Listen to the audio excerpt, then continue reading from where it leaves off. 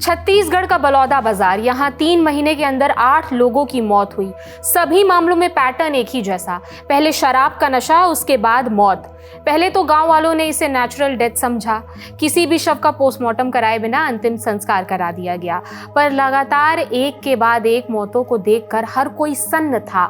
आखिरकार पुलिस को जानकारी दी गई इस बारे में, जांच के लिए शवों को कब्र से बाहर निकाला गया और फिर जो जानकारी सामने आई उसने सबके होश उड़ा दिए। इंडिया टुडे से जुड़ी सुमी राजप्पन और दीपेंद्र शुक्ला की रिपोर्ट के मुताबिक 6 जून को गांव वालों ने कसडोल थाने में इन 8 मौतों की जांच के लिए मांग की। लोगों को गांव के ही एक शख्स पर शक था, नाम राम सहाय जायसवाल। क्योंकि ये शख्स 8 लोगों के कांटेक्ट में था, इसलिए गांव वालों को लगा कि यही आरोपी हो सकता है। इन 8 से इसका कुछ न कुछ विवाद चल रहा था।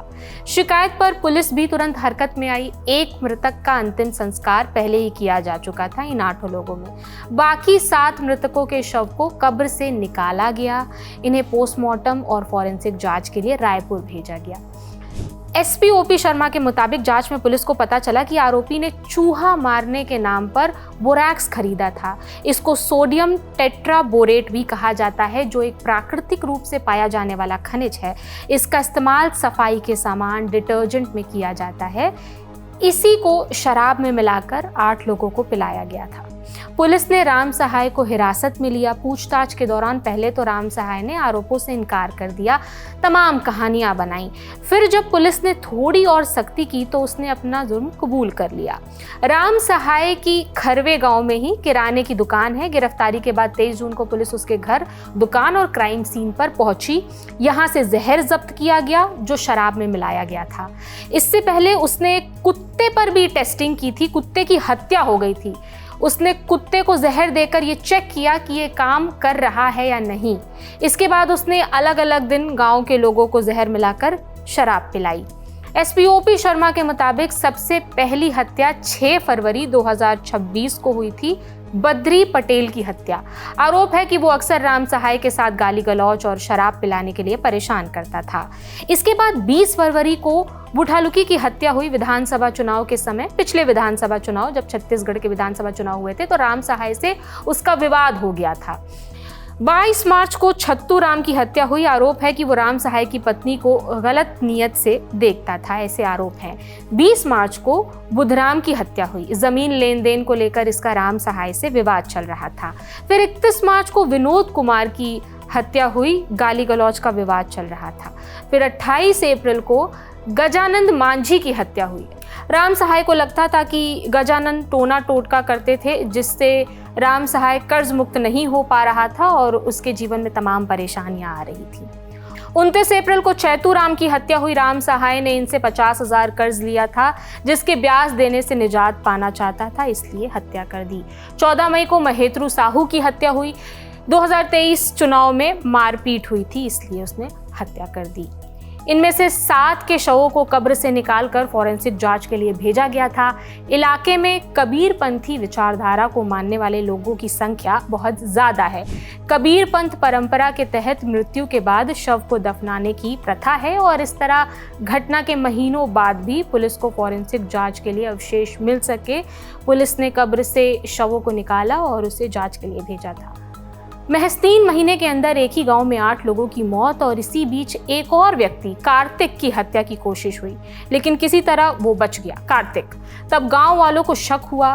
अब तक जिनकी भी मौत हुई है वो सब राम सहाय के कांटेक्ट में थे, इसलिए कार्तिक को लेकर सभी गांव वाले कसडोल थाने पहुंचे और जांच की मांग की। गांव वालों ने यह भी मांग की है कि मृतकों के परिवार को मुआवजा भी मिले। बहुत बड़े घटना हुए सर, जेकर घर के आदमी खत्म हुए थे, बिल्कुल गरीब आदमी है और कम से कम मतलब 25-25 लाख रुपया के मुआवजा मिलना चाहिए। पीड़ित की तरफ से दिलवाए सर, शासन के तरफ से दिलवाए या पीड़ित के तरफ से, जो मारे हैं उसकी तरफ से दिलवाए, शासन से उनको मिलना चाहिए।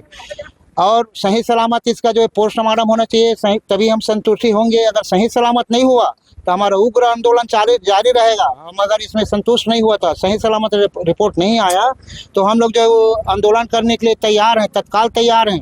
अब रिपोर्ट आने तक के हम लोग अभी संतुष्ट बैठे हैं। पुलिस ने बताया कि पहले गांव में ऐसी चर्चा थी कि ये हत्याएं नहीं बल्कि बलि है जो किसी गड़े धन को पाने के लिए की जा रही है। हालांकि पुलिस की पूछताछ में खजाने के लिए बलि जैसा एंगल सामने नहीं आया है। पुलिस ने इससे इनकार किया है। शिकायत में था कि कोई तांत्रिक इन्वॉल्व है।